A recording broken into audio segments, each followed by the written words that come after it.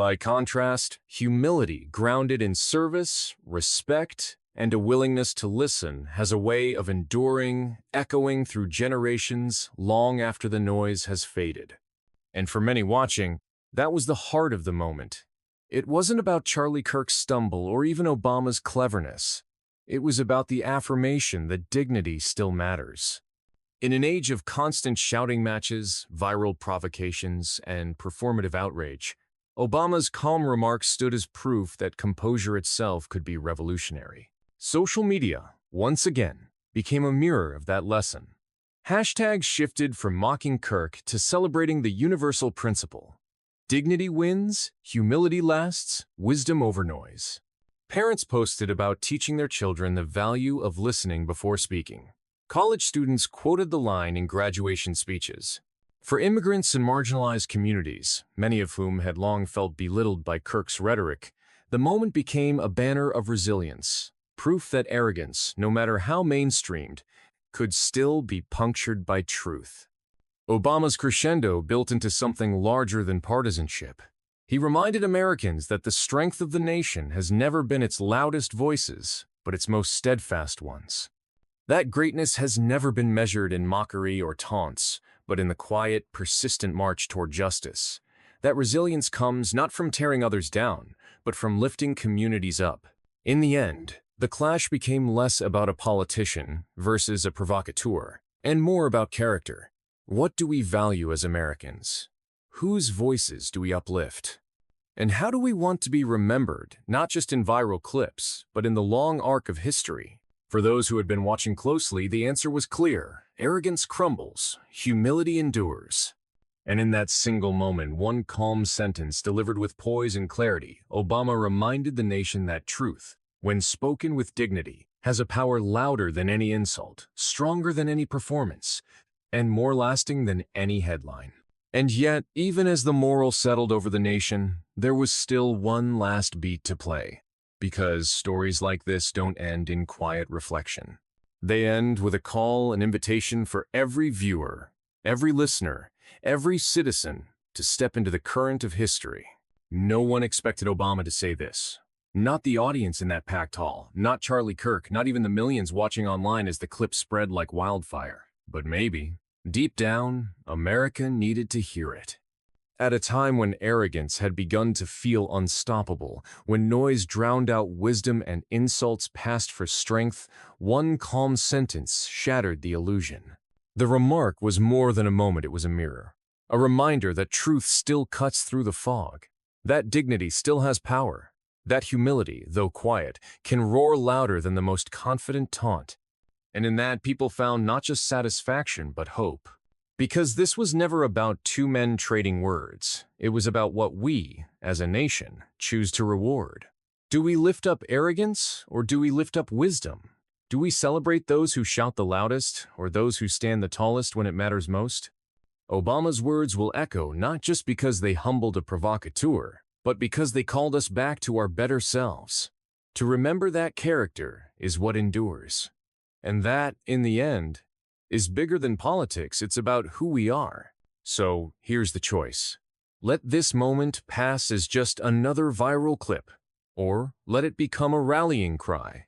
If you believe in truth over arrogance, if you believe humility can still triumph over bluster, share this story. Let it reach the people who need to hear it most. And don't stop here. Subscribe, join this community, and be part of a movement that refuses to let arrogance define America. Because dignity deserves a voice, and together, we make it louder. The clip hit the internet before the applause in the hall had even faded. A shaky phone video, posted by a student in the back row, captured Obama's calm delivery, the thunderous reaction, and Kirk's shaken expression. Within minutes, it was everywhere spliced, subtitled, slowed down for dramatic effect. On TikTok, the line became an audio trend, with creators lip-syncing Obama's words. Arrogance outpaces wisdom. On Twitter, it was weaponized into memes. Kirk's frozen face paired with captions like, "When Dad finally calls you out at dinner." By morning, hashtags dominated the feeds. Mic drop Obama, arrogance wisdom Kirk owned. Each one surged past 1 million mentions within hours. Influencers who had never once weighed in on politics now stitched the clip into their content. Reaction videos piled up on YouTube, titles screaming, "Obama destroys Kirk live," and "Charlie Kirk's worst moment caught on camera." The late-night shows had a field day. Jimmy Fallon reenacted the exchange with a deadpan Obama impression, pausing mid-sentence to let the studio audience roar. Stephen Colbert, more biting, replayed the clip frame by frame, zooming in on Kirk's uncomfortable twitch, adding mock, panic thought bubbles like, "Is it too late to fake a bathroom break?" The crowd howled. Even non-political hosts, sports podcasters, fashion YouTubers, beauty influencers jumped into the fray, using the clip as shorthand for epic humiliation. Cable news couldn't look away either. On CNN, commentators marveled at Obama's restraint, calling it a masterclass in rhetorical power. MSNBC hosts described it as the perfect antidote to Kirk's brand of confrontational theater. Conservative outlets scrambled. Fox News downplayed the moment, arguing that Obama had bullied a young conservative voice. But the clips kept rolling in the background, undermining their spin. Kirk's supporters rushed to salvage the wreckage. Turning Point USA released a statement insisting Kirk had been misrepresented by selective editing, but the full video already circulating widely showed every word in context. On his podcast the next day, Kirk tried to laugh it off, claiming, "Obama rehearsed that line for weeks. It was a setup," but the defensive tone betrayed him. The comments sections beneath his video told the story. "Bro, you got cooked. Take the L." Even your own crowd clapped for Obama. Meanwhile, Obama's words became more than a viral moment, they became a mantra. Teachers shared the clip in classrooms as an example of dignified leadership. Activists quoted it at rallies. Even ordinary people folded it into daily conversations. On Instagram, posts read, "In my workplace today, someone tried to spread hate. I just remembered Obama. Arrogance outpaces wisdom." It wasn't just political, it was cultural. The moment transcended party lines, morphing into a shorthand for calling out bluster, a phrase that slipped effortlessly into memes, t-shirts, and coffee mugs. Etsy shops popped up overnight, selling designs emblazoned with Obama's calm silhouette and the now famous words. TikTok teens turned it into motivational content. For them, it wasn't about left versus right, it was about authenticity versus arrogance, wisdom versus noise. Kirk's allies tried one last desperate spin, suggesting that being called arrogant by Obama was a badge of honor. But the narrative had already calcified. He hadn't been framed as rebellious or daring, he'd been framed as exposed. And yet, the true weight of that moment couldn't be measured in hashtags or headlines. Because while the political world obsessed over strategy and spin, something deeper was happening. The remark had cracked open a cultural conversation, one that stretched far beyond Charlie Kirk or even Barack Obama. Because the true impact wasn't just political, it was cultural. When the noise finally subsided, when the headlines dimmed, and the memes ran their course, what lingered wasn't just the spectacle of a public takedown. It was the echo of something deeper, something older than politics itself. Obama, in his usual steady cadence, framed the moment not as a clash of personalities, but as a reflection of principle. "This was never about me versus Charlie Kirk," he explained in an interview days later. "It's about what kind of country we want to be. Do we reward arrogance, or do we reward humility? Do we reward noise, or do we reward wisdom?" His words weren't sharp now, they were expansive, reaching past the immediate controversy towards something every listener could hold on to. In reframing the exchange, Obama pulled it out of the theater of confrontation and into the realm of values. He reminded his audience that arrogance, no matter how loud or confident, always carries the seeds of its own collapse. "History," he said, "is littered with figures who mistook bluster for strength, only to watch their legacies crumble under the weight of truth." Obama let the words hang, allowing silence to work its magic. Then he continued, each phrase delivered with the precision of a surgeon. "You've made a career out of mocking people, immigrants, students, folks who don't look like you, don't pray like you, don't love like you, and you call it truth-telling. But the truth isn't cruelty. The truth isn't arrogance parading as courage. The truth is that our country is stronger because of the very people you belittle. Gasps erupted, followed by applause so sudden it felt like a dam breaking. The tension that had gripped the room released in a wave of cheers, claps, and shouts. The cameras caught every angle, the stunned faces in the audience, the hands flying to mouths, the students leaping to their feet. Obama didn't raise his voice. He didn't need to. The authority in his tone carried more weight than Kirk's shouted interruptions ever could. "Charlie," he went on, "you think leadership is about who can shout the loudest, who can get the biggest reaction online? But real leadership? Real leadership is about making people bigger than their fears, not smaller than their neighbors." The applause grew louder, drowning out the scattered boos from Kirk's supporters. Hashtags were being born in real time. Phones recorded the moment that would soon circle the globe. Kirk shifted uncomfortably, the smirk faltering. He leaned toward his microphone as if to retort, but the audience noise swallowed him. For the first time all evening, he looked rattled, his eyes darting, his fingers drumming nervously on the table. Obama pressed on, his words cutting deeper, the rhythm of a sermon woven into the calm of his delivery. "I've listened to young people in this country, dreamers who came here with nothing but hope, students who've worked 2 jobs to pay tuition, families who've sacrificed everything for a better future. And I've seen them rise. That's America. Not the caricature you paint for clicks, not the divisions you exploit for applause." The room thundered with approval. Students shouted, "Yes." Professors nodded solemnly, reporters scribbling furiously as if afraid to miss a single word. The energy was no longer balanced. It was gravitational, tilting toward Obama, leaving Kirk stranded. Then came the line, the one that no one expected, the one that would define the night. Obama paused, eyes sweeping the audience before settling once more on Kirk. His voice dropped slightly, almost a whisper, yet it carried across the hall with undeniable clarity. "Charlie Kirk represents exactly what happens when arrogance outpaces wisdom." The explosion of reaction was instantaneous. Gasps, cheers, applause, even laughter from those who had endured Kirk's barbs for years. It was as if the entire room had been waiting for anyone to finally say it aloud. The remarks sliced through Kirk's persona, exposing the fragility beneath the bravado. It wasn't just a critique, it was a verdict. Kirk opened his mouth to respond, but his voice cracked against the noise. "That's not..." he began, but the audience drowned him out. Phones caught his flustered expression, the sweat gathering at his temple, the defensive shift in his posture. The mask of unshakable confidence slipped, revealing the young man beneath, scrambling to reclaim control. Obama didn't gloat. He didn't raise his fist or bask in the applause. Instead, he leaned back, folded his hands, and simply let the moment breathe. That restraint, so calm, so deliberate, made the blow land even harder. He had said only a few sentences, but they carried the weight of years of patience, years of dignity, years of watching arrogance go unchecked. Commentators would later call it a mic drop moment, but in truth, it was more than that. It was a turning of the tide. In one line, Obama had reframed the entire debate.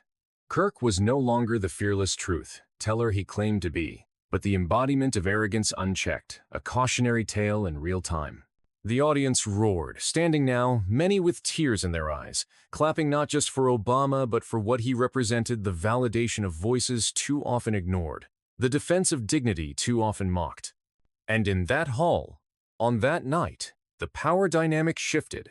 Kirk, once brash and unshakable, sat small in his chair, visibly rattled. Obama, calm and composed, looked out over the crowd like a man who knew exactly what he had done. One line. Just one line, and the entire power dynamic flipped. No one doubted that every word would be dissected online within minutes. Kirk went first, seizing the stage with the restless energy that had made him a star among his followers. His words came rapid fire, a barrage of talking points sharpened into weapons. He mocked the failures of what he called elitist liberal policies, claimed that open borders were destroying American values, and sneered at the idea that diversity was strength. His tone was confident, laced with sarcasm, punctuated by pauses designed to draw laughter from his supporters in the crowd. And laugh they did. Each jab was met with chuckles, claps, or approving nods from his corner of the audience. Kirk thrived on that energy, feeding off the visible discomfort of students who shifted in their seats or whispered to each other. He interrupted the moderator, cut off students during the Q&A, and leaned into every provocation as if daring someone to stop him. Then came Obama's turn. He began softly, almost disarmingly, thanking the organizers, acknowledging the students, and framing the event as an opportunity for dialogue rather than combat. His voice was steady, measured, his words chosen with surgical care. Where Kirk had swung wildly, Obama placed each sentence like a stone in a foundation. The contrast was striking, and the crowd could feel it. But Kirk was not about to let him speak uninterrupted. "With all due respect, Mr. President," he cut in, "people don't need lofty speeches. They need real answers. And frankly, your policies are why we're in this mess." His tone was biting, his smile smug. A pocket of applause erupted from his supporters. Obama paused, glanced at the audience, then continued as if the interruption had been no more than a passing breeze. His composure only seemed to agitate Kirk further.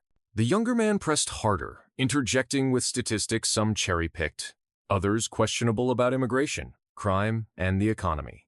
He raised his voice, leaned forward in his chair, and gestured aggressively, the image of a man desperate to dominate. The tension thickened. Supporters of both men grew louder, one side cheering Kirk's provocations, the other applauding Obama's calm restraint. The room felt less like a lecture hall and more like an arena, with every line carrying the weight of potential explosion. Obama, still seated, folded his hands, his eyes fixed not on Kirk but on the audience. He spoke directly to them, not to the provocation. "The challenge we face," he said evenly, "is not about shouting down one another, but about listening." His words drew murmurs of approval, but Kirk cut him off again, mocking the sentiment as weakness, dressed up as wisdom. The insults escalated. Kirk's interruptions became sharper, his jabs more personal, each one designed to corner the former president. But Obama refused to rise to the bait. His calm silence between interruptions began to feel less like passivity and more like a warning, as though he were allowing Kirk to dig his own rhetorical grave. The audience sensed it too. Whispers traveled through the crowd, students exchanging glances, reporters scribbling furiously in their notebooks. Something was building. Kirk, emboldened by his own momentum, leaned back with the air of someone who believed he had seized the stage. He grinned, confident that his showmanship had outshined Obama's restraint. And then, he broke the silence in a way no one anticipated. The silence stretched, heavy and deliberate, the kind that forces an audience to hold its breath. Obama leaned back slightly in his chair, fingers steepled, eyes calm, as if he were giving Kirk one last chance to stop digging. But Kirk didn't stop.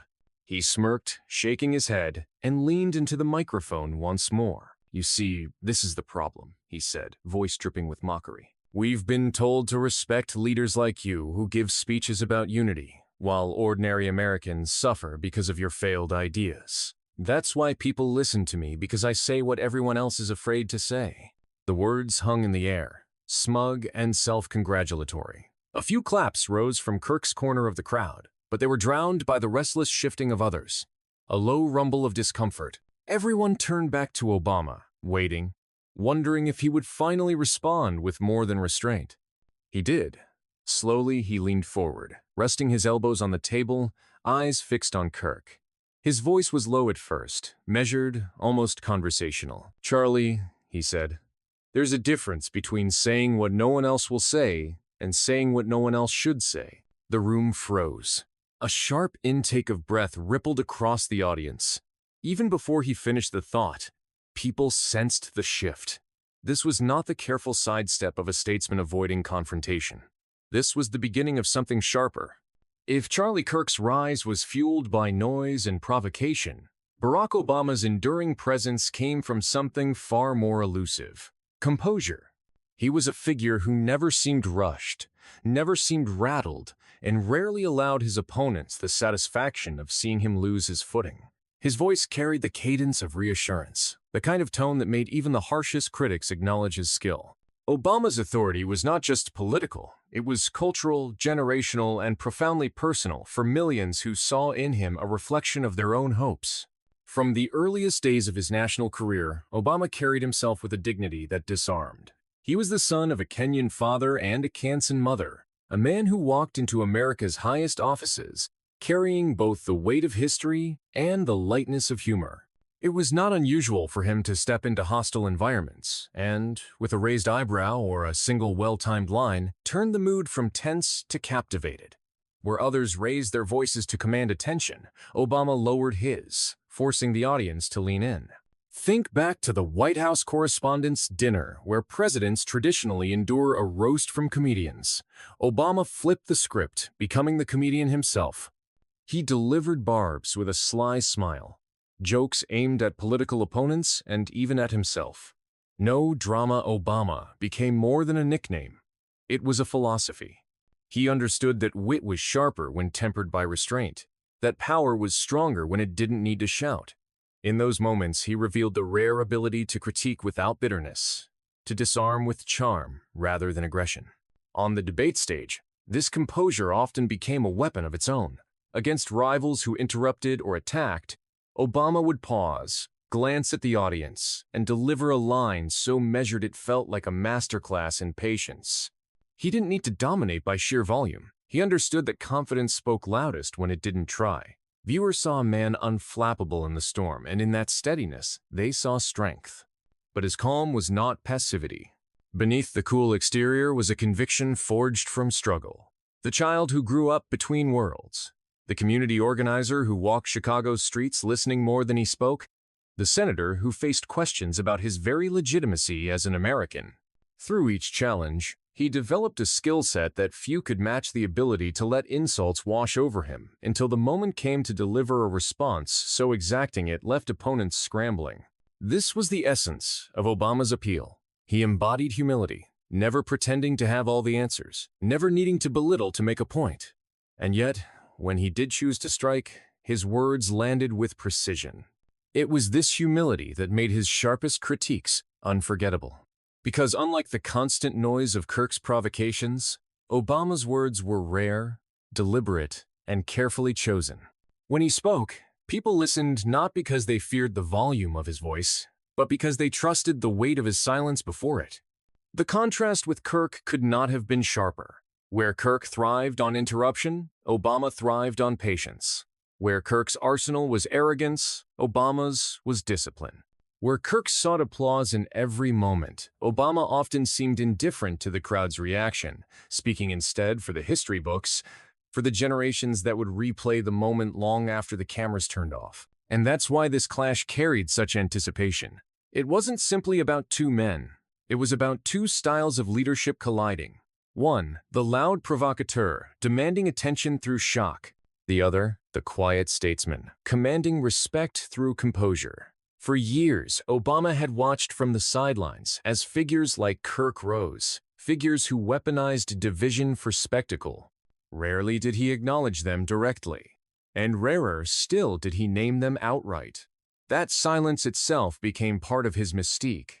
Which is why, on that night, when Obama finally broke his restraint and spoke Kirk's name, the world reacted as it did. The dignity of restraint had amplified the shock of confrontation. Like a thunderclap after long silence, his words reverberated not only because of what he said, but because he almost never said such things. And it was that restraint that made his next words land like thunder. The setting was electric, a university auditorium packed with students, professors, reporters, and community leaders. The event had been billed as a conversation on democracy, but everyone in the room knew what it really was: a showdown. Charlie Kirk had been invited as the young, brash conservative voice, while Barack Obama appeared as the elder statesman, the man whose very presence commanded gravitas. Cameras lined the aisles, their red recording lights glowing like watchful eyes. The weight of Obama's words came not only from who he was, but from what he represented. For millions of immigrants, young people, and marginalized voices, Obama was proof that dignity could triumph, that restraint was not weakness. For him to break that restraint, to single out Kirk, carried a gravity no trending hashtag could capture. It was history brushing up against the present, a reminder that even the calmest leaders had a breaking point when the stakes were too high. And so the question deepened. Why now? Why Kirk? Why did Obama choose this moment, this person, to deliver a remark that would echo across the country? Because when Obama finally spoke, it wasn't what anyone predicted. Charlie Kirk was not born into the political establishment. He didn't climb through decades of policy work or toil in the shadows of Capitol Hill.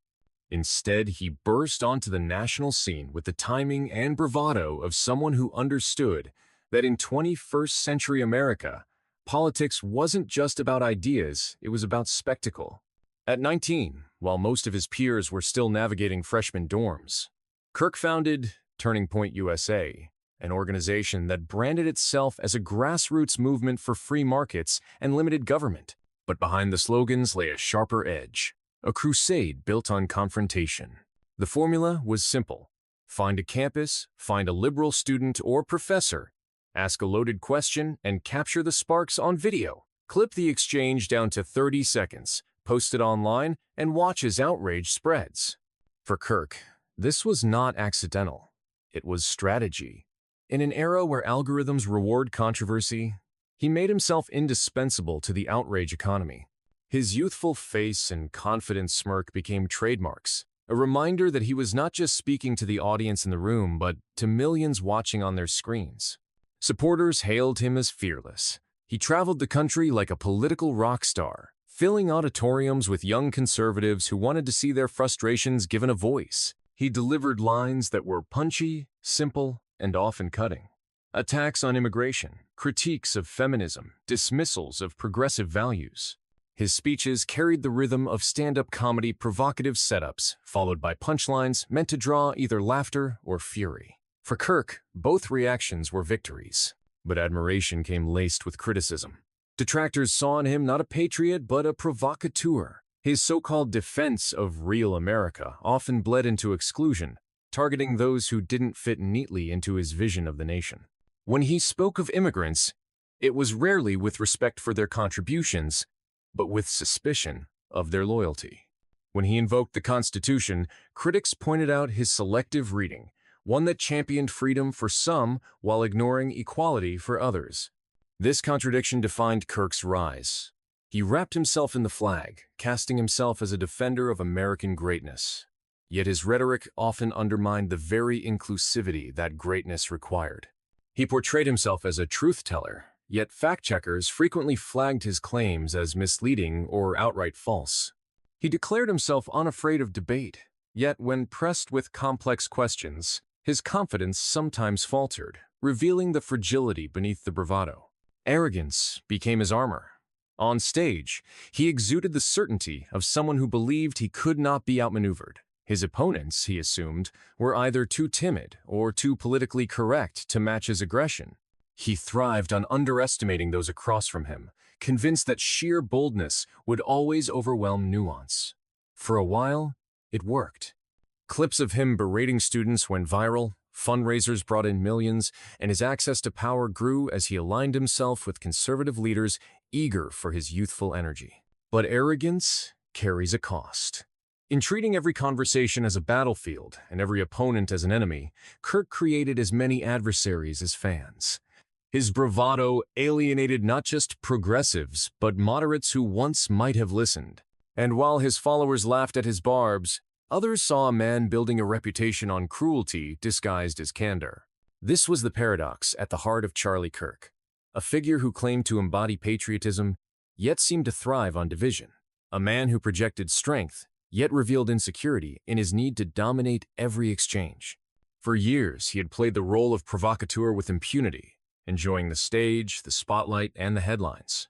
But pride, as the saying goes, comes before a fall. And pride has a way of setting the stage for public humiliation. The words left his mouth like a lightning strike across a silent sky. Charlie Kirk represents exactly what happens when arrogance outpaces wisdom. For a moment, the room was still. The audience froze, eyes darting to one another as if to confirm they had heard correctly. Then came the rippled gasps, murmurs, phones lifted into the air as if to trap the moment before it vanished. No one expected Barack Obama, the measured orator who built a career on poise and restraint, to name Kirk so directly. No one, not the crowd, not the press, not even Kirk himself. Within seconds, the silence gave way to chaos. Some in the audience erupted in cheers, unable to hide the thrill of seeing a giant call out the brash provocateur who had made a living from dismissing others.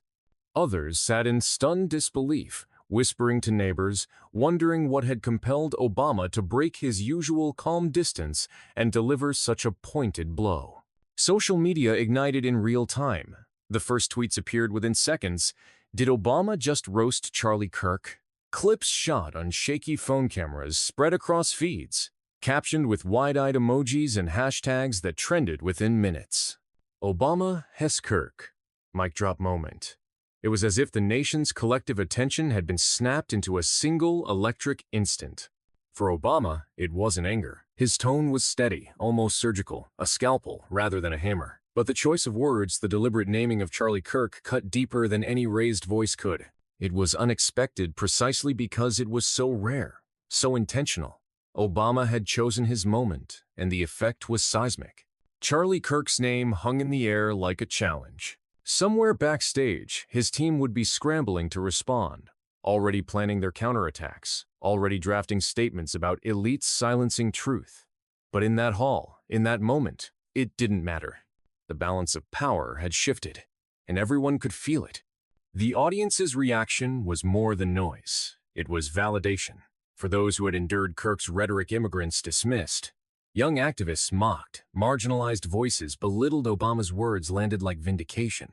Someone had finally said it. And yet, the question echoed louder than the remark itself. Why now? Why him? Why Kirk? Because what led to this jaw-dropping moment was a story no one could have predicted. The moment didn't erupt in a vacuum.